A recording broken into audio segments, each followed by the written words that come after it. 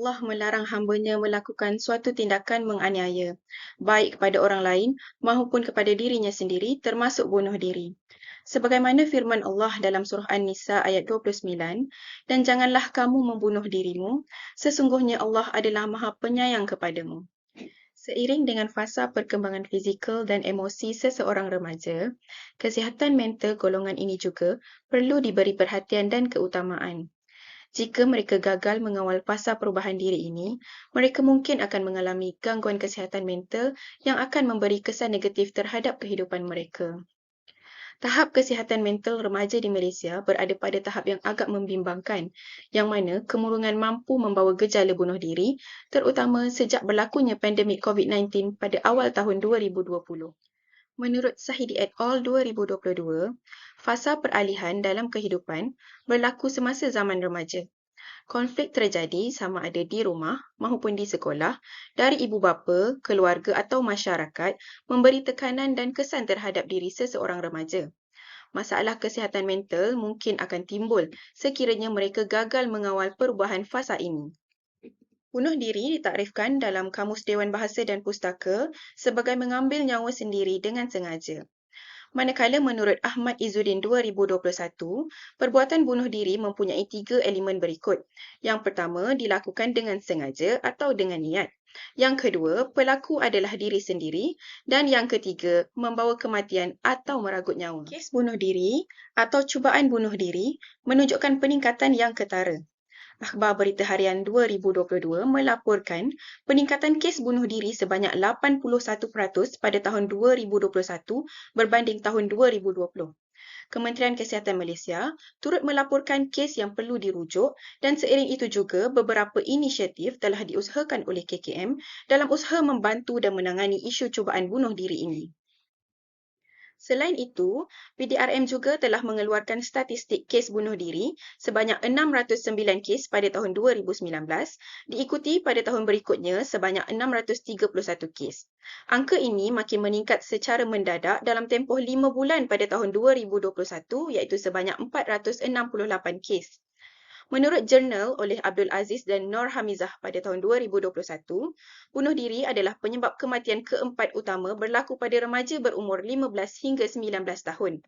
Remaja seawal usia 13 tahun telah disahkan mempunyai risiko kecenderungan untuk membunuh diri, di mana situasi ini makin membimbangkan. Pertubuhan Kesihatan Dunia atau WHO 2021 telah mengeluarkan laporan pada tahun 2019 di mana terdapat lebih daripada 700,000 individu yang mati akibat perbuatan bunuh diri setiap tahun di seluruh dunia.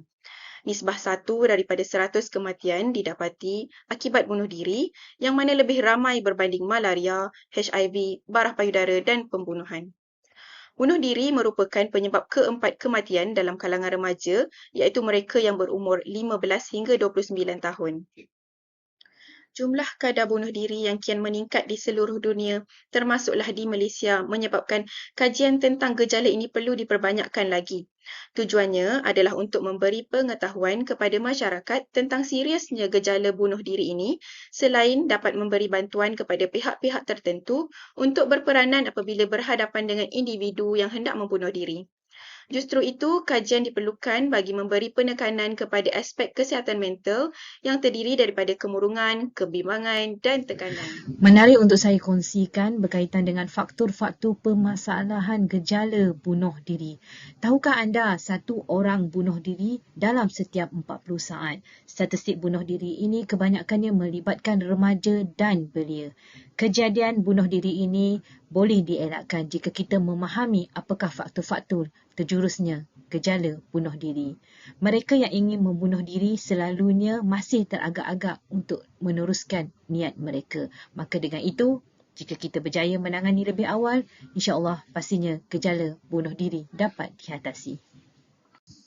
Artikel oleh Nurul Sofiah 2020 mengatakan melalui kajian-kajian lepas, terdapat pelbagai faktor yang menyebabkan seseorang itu membunuh diri, iaitu pertama, mempunyai komorbiditi kecelaluan psikiatri, penggunaan bahan terlarang, mengalami kesihatan mental, faktor psikososial, sejarah dalam keluarga dan menurut Karaman dan Durukan 2013, faktor biologikal menyebabkan berlakunya gejala bunuh diri. Kajian oleh Hong Kok Pan dan Aziz Shah 2018, faktor yang mempengaruhi tingkah laku bunuh diri ialah gangguan dan kesihatan mental seperti kemurungan, penyalahgunaan dadah, tragedi kehidupan, masalah hubungan, faktor keuangan dan kemiskinan, penyakit fizikal, sejarah bunuh diri dalam keluarga. Adrian Lim 2017, faktor keuangan juga salah satu penyumbang kepada gangguan kesihatan mental dan juga boleh menyebabkan tahap kesihatan mental menjadi lebih teruk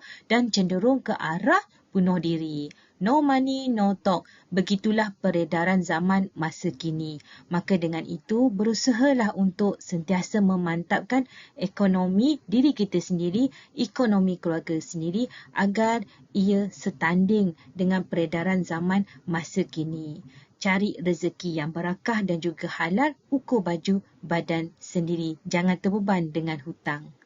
Maslow 2015. Kesihatan mental remaja terganggu disebabkan oleh pertama, masalah akademi, kedua, masalah sosial dan ketiga disebabkan oleh kemurungan.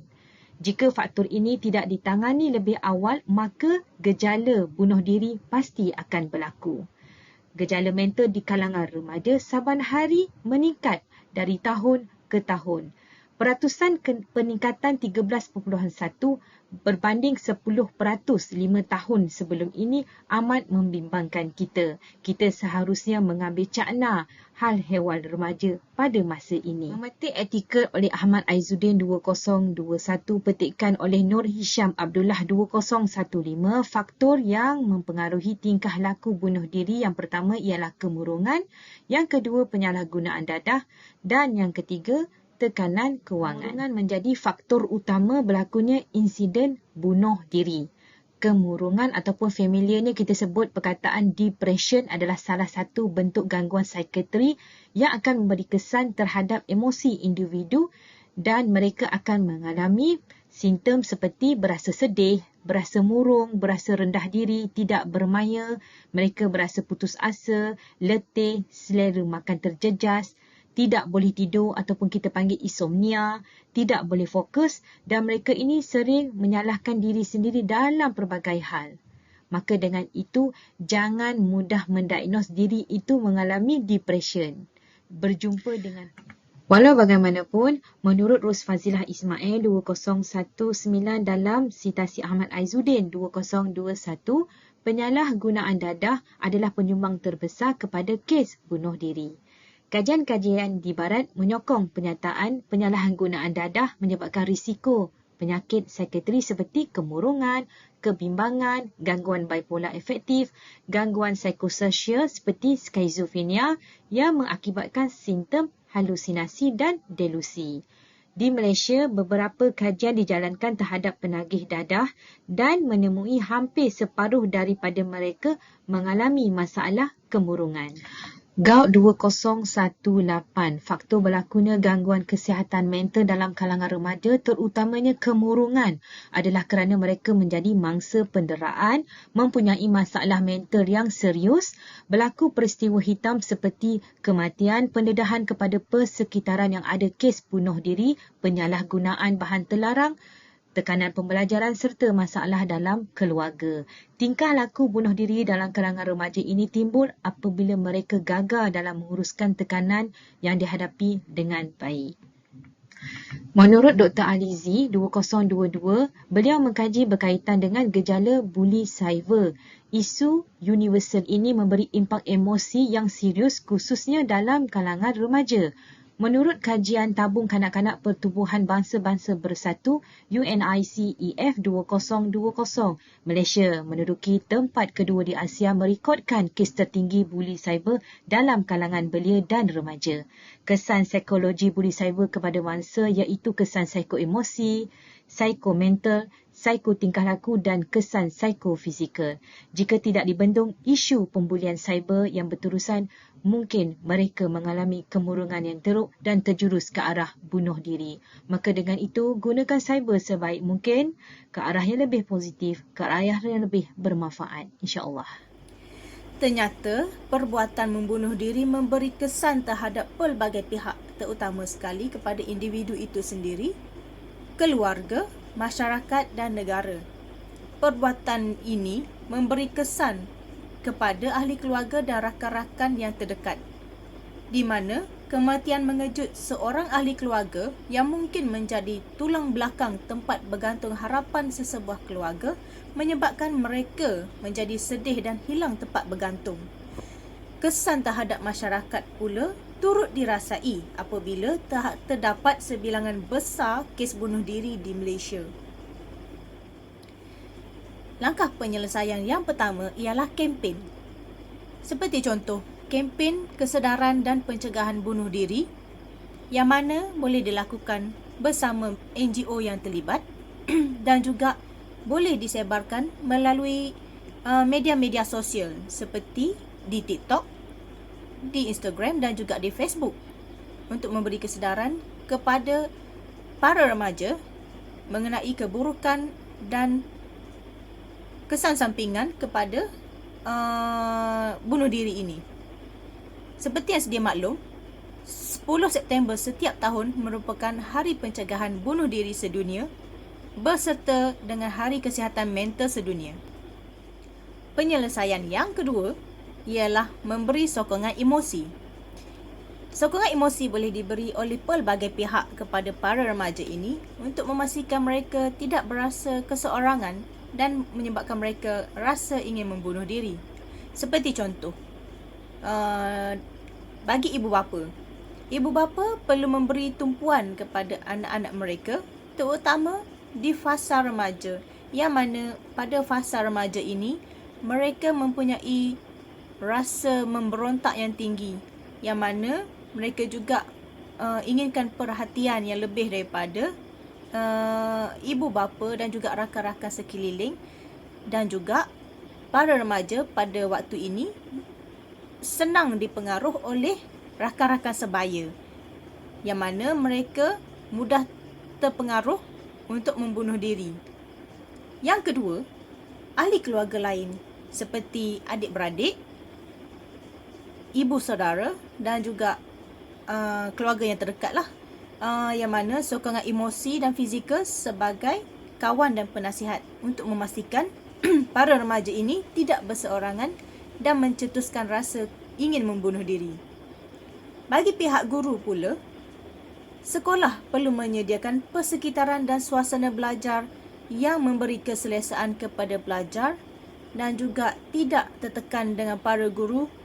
Di samping itu, para guru perlu lebih peka dalam keadaan para remaja ini, yang mana sekiranya wujudnya keadaan buli di sekolah, itu juga boleh menyebabkan para remaja ini tercetus rasa ingin bunuh diri kerana mereka rasa keseorangan dan juga tiada tempat untuk meminta bantuan. Di samping itu, bagi mereka para remaja yang telah dikesan mempunyai keinginan atau idea membunuh diri, perlulah diberikan rawatan profesional seperti daripada doktor, psikiatrik dan juga kaunselor. Seperti di sekolah, boleh rujuk kepada guru kaunseling dan guru kaunseling itu boleh merujukkan pelajar tersebut kepada doktor di klinik ataupun hospital yang berdekatan. Di samping itu, kesedaran mengenai wujudnya talian atas panggilan atau capaian bantuan krisis apabila para remaja ini menemui kebuntuan yang mana mereka memerlukan tempat untuk meluahkan perasaan ataupun memerlukan bantuan, boleh menelefon di talian kasih 15999 dan juga Niasa Krisis di talian hotline 1800 180 066. Dan kaedah penyelesaian yang paling penting ialah mengesan tanda dan gejala awal remaja yang ingin membunuh diri.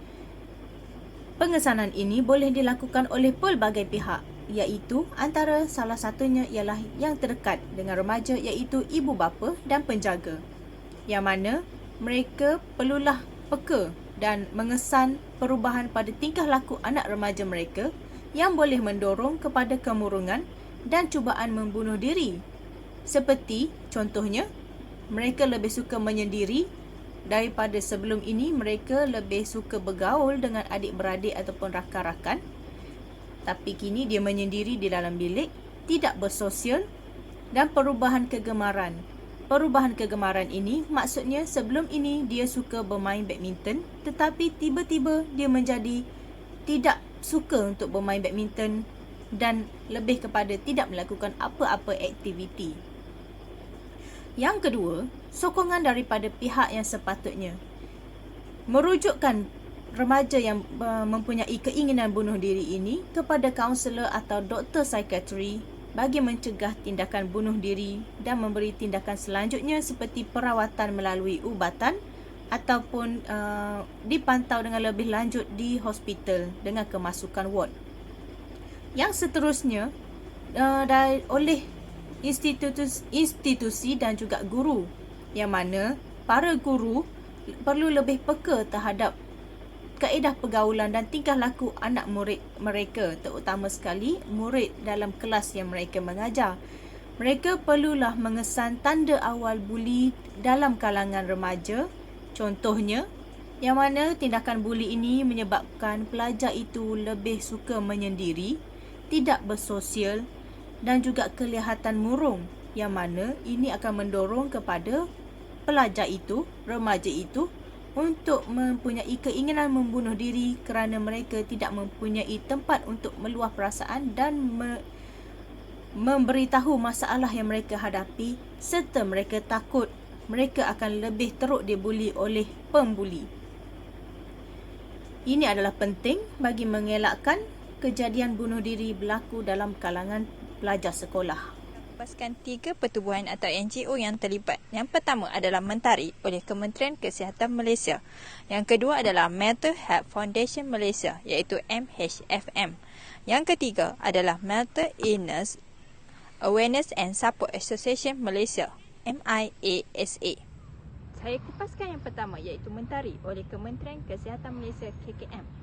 Bagi meningkatkan pencapaian dan integrasi semula pesakit yang mengalami masalah kesihatan mental di dalam komuniti, di mana ia diwujudkan di dalam setiap negeri. Temujanji di Klinik Mentari juga mudah dilakukan melalui portal internet di http://mentari.moh.gov.my/service walaupun tanpa surat rujukan daripada doktor. Bagi mereka yang merasakan diri menghadapi tekanan, boleh melakukan ujian DASS iaitu Depression, Anxiety dan Stress Scale di laman web tersebut, di mana kita boleh mengenal pasti tahap tekanan yang dihadapi dan dia memerlukan rawatan segera atau tidak, di mana ia akan diperolehi markah dengan segera. Rujukan ke Mentari ini akan dikeluarkan sekiranya tahap tekanan dalam berbahaya untuk mengelakkan seseorang melakukan tindakan yang tidak diingini seperti membunuh diri. Pula adalah Mental Health Foundation Malaysia yang dikenali sebagai MHFM, di mana kempen kesedaran kesihatan mental aktif dijalankan dan juga dia juga melancarkan radio MHF, di mana mereka memberikan maklumat dan info yang tepat mengenai kesihatan mental serta capaian bantuan melalui panggilan telefon. Ketiga iaitu Mental Ill Awareness dan Support Association Malaysia yang lebih dikenali sebagai MIASA. Kita boleh akses melalui laman web sesawang http://www.mis.org.my/index.html yang saya paparkan di bawah. Visi pertubuhan ini adalah untuk meningkatkan kesedaran kesihatan mental dan untuk menyediakan sokongan untuk mereka yang menghadapi masalah kesihatan mental. Perkhidmatan kaunseling dan penilaian kesihatan mental dan konsultasi juga disediakan untuk sejumlah bayaran yang telah ditetapkan melalui dalam talian atau bersemuka mengikut keselesaan pelanggan. Tahu tak? Okey, maksud saya apa sebab awak pilih jalan untuk bunuh diri tu sepatutnya? Saya macam awak fikir, apa sebab orang fikir bunuh diri tu jalan paling mudah? Stres. Lagi yang lain? Atau apa? Okey, awak cakap stres kan? Okey, stres sebab apa? simple lah yang bagi awak rasa awak stres? Pembelajaran. Pembelajaran. Okey. Awak tahu tak ada NGO yang terlibat yang boleh bantu awak daripada awak stres daripada belajar? Adalah masuk dalam internet kan. Dari internet. Okey. Tapi kenapa awak still pilih jalan untuk bunuh diri? Mungkin sebab malu. Malu nak cakap dengan orang. Okey, lagi? Pendapat awak yang lain, malu cakap dengan orang. Tu juga. Okey, terima kasih. Okey, awak lah. Soalan dia still sama. Soalan dia still sama. 16. Awak? 16. Okey, awak? 16. Awak? Okey, semua ibu 16. Okey, awak tahu tak kebanyakan remaja sekarang fikir bunuh diri tu adalah first atau last choice? Anxiety ke? Tak, dia yang bukan. pilihan pertama ke pilihan terakhir? Apa ni? Untuk fikir bunuh diri tu. Bunuh je lah. Bunuh diri tu maksud awak kalau macam awak ada masalah, maksudnya macam bila awak ada masalah, awak fikir untuk bunuh diri tu pilihan pertama atau pilihan terakhir? Pertama. Awak? Terakhir. Awak? Terakhir. Awak? Terakhir. Okey. Kenapa awak fikir tu pilihan pertama awak? Entah. Okay. Awak tahu tak ada NGO dan badan pertubuhan yang terlibat? Maksudnya macam kalau awak okey, apa sebab awak nak bunuh diri? Tak ada lah bunuh diri. Okey, tadi awak cakap pilihan pertama. Oh, tak faham ayat. Kan dah kata tak TBM. Tak TBM pula. Oh dah, kena cakap bahasa Inggeris pula Tak, ni. bukan. Dia tak hati jawab sangat. Okey, tak apa. Okay. Kalau awak rasa pilihan terakhir kan. Okey, kenapa tu pilihan terakhir awak? Apa sebab awak rasa nak bunuh diri? Sebab semua orang akan merasai kematian. Semua orang rasa kematian. Tapi itu bunuh diri tu yang terbaik ke? Bunuh diri tu tak tahulah. Tahu lah. Mungkin ada Bagi penyakit. awak kan awak cakap tadi pilihan terakhir kan. Kenapa awak nak bunuh diri juga? Sebab stres lah. Stres. Okay, sebab apa awak stres? Faktor stres awak? Sekeliling ni. Lagi lagi? Awak rasa boleh menyebabkan awak stres lah? Mulut orang. Untuk orang? Okey. Bagi awak, apa pula? Sebab awak cakap pilihan terakhir kan? Apa sebab awak rasa bunuh diri tu pilihan terakhir awak? Sebab terakhir. Sebab apa awak fikir macam tu? Bermakna awak boleh lagi teruskan hidup tapi awak still fikir nak bunuh diri? Lama sedih. Dia Nampak? Awak boleh generate daripada fikiran awak lah. Kita akan nak tanya lah. pupus teruskan hidup. Okey, fine. Walaupun Walaupun? banyak dugaan, banyak cabaran hadap. Okey, dugaan yang cabaran daripada segi apa? Fizikal, mental, macam Maksud awak daripada segi fizikal tu macam mana? body shaming semua tu. Oh, body shaming pun salah satu untuk buat awak rasa stres lah. Okay lah. Okey, ada ke Pak? Okey, ada ke yang Body shaming juga. ada ke body shaming yang dekat awak yang menyebabkan awak rasa stres lah? Maksudnya dalam fasa awak sekarang lah. Rambut lah. Rambut dah wash. Rambut semua lah. Oh, ada dah juga. Okey. Okey, bagi awak pula kan? Awak the last one lah. Okey. Apa sebab awak rasa bunuh diri tu patut juga jadi pilihan terakhir awak? Kalau boleh hidup lah. Kalau hidup hidup okey. Okey. Bagi awak pula kan, pendapat awak. Kenapa orang fikir bunuh diri tu jalan yang pertama? Maksudnya jalan untuk mudah bagi dia untuk teruskan. Sebab dah tak boleh handle semua benda tu. Okey. Mati lah. Okey, apa punca orang nak bunuh diri? Rasa nak bunuh diri tu punca dia. Stress, anxiety semua. Okey, awak tahu tak ada badan NGO dan pertubuhan yang kita wujudkan untuk elak daripada orang kurangkan stres, untuk elak daripada seseorang tu bunuh diri? Okey, macam mana awak nak access benda-benda tu? Google lah. Lagi? Tak tahu lah, tahu Google. Kau tengok Google je. Okey. Okey, awak kan? Okey, macam awak cakap kan tadi kita teruskan hidup juga kan. Bagi awak nak bagi nasihat untuk orang yang nak bunuh diri. Awak tahu tak kita ada pertubuhan dan NGO yang terlibat untuk elakkan daripada orang ni bunuh diri? Tak tahu, tapi sebenarnya bagus benda tu supaya teruskan orang hidup, supaya teruskan jalan hidup walaupun banyak dugaan. Saya kira dia. Alright. Thank you so much. Okey awak. Okey, awak tahu tak ada NGO dan badan pertubuhan yang kita wujudkan untuk elakkan remaja-remaja sekarang fikir bunuh diri ni jalan yang terakhir? Nak juga. Awak tahu ke tak ada pertubuhan dan NGO ni? Tahu. Tahu. Okey, macam mana awak nak access benda-benda tu? Macam mana awak nak tahu daripada mana badan pertubuhan tu NGO tu? Kat Google lah ada. Google lagi? Facebook ada. IG ada. IG ada. Ada. TikTok ada. TikTok ada. Hubungilah kami sekarang. Bagus, nanti saya dengar. Okey. Bagi awak pula. Awak tahu tak ada NGO dan pertubuhan yang kita wujudkan untuk orang-orang yang merasakan dia nak bunuh diri. Maksudnya okey, kalau seseorang tu kita akan ada satu fasa mana awak akan rasa fasa berakhir. So awak rasa bunuh diri ni ada jalan paling mudah. Tahu tak kita ada pertubuhan dan NGO. Tahu? Okay, macam mana awak nak access benda tu? Dalam TikTok, Okay? IG, Okay? Google, Apa lagi?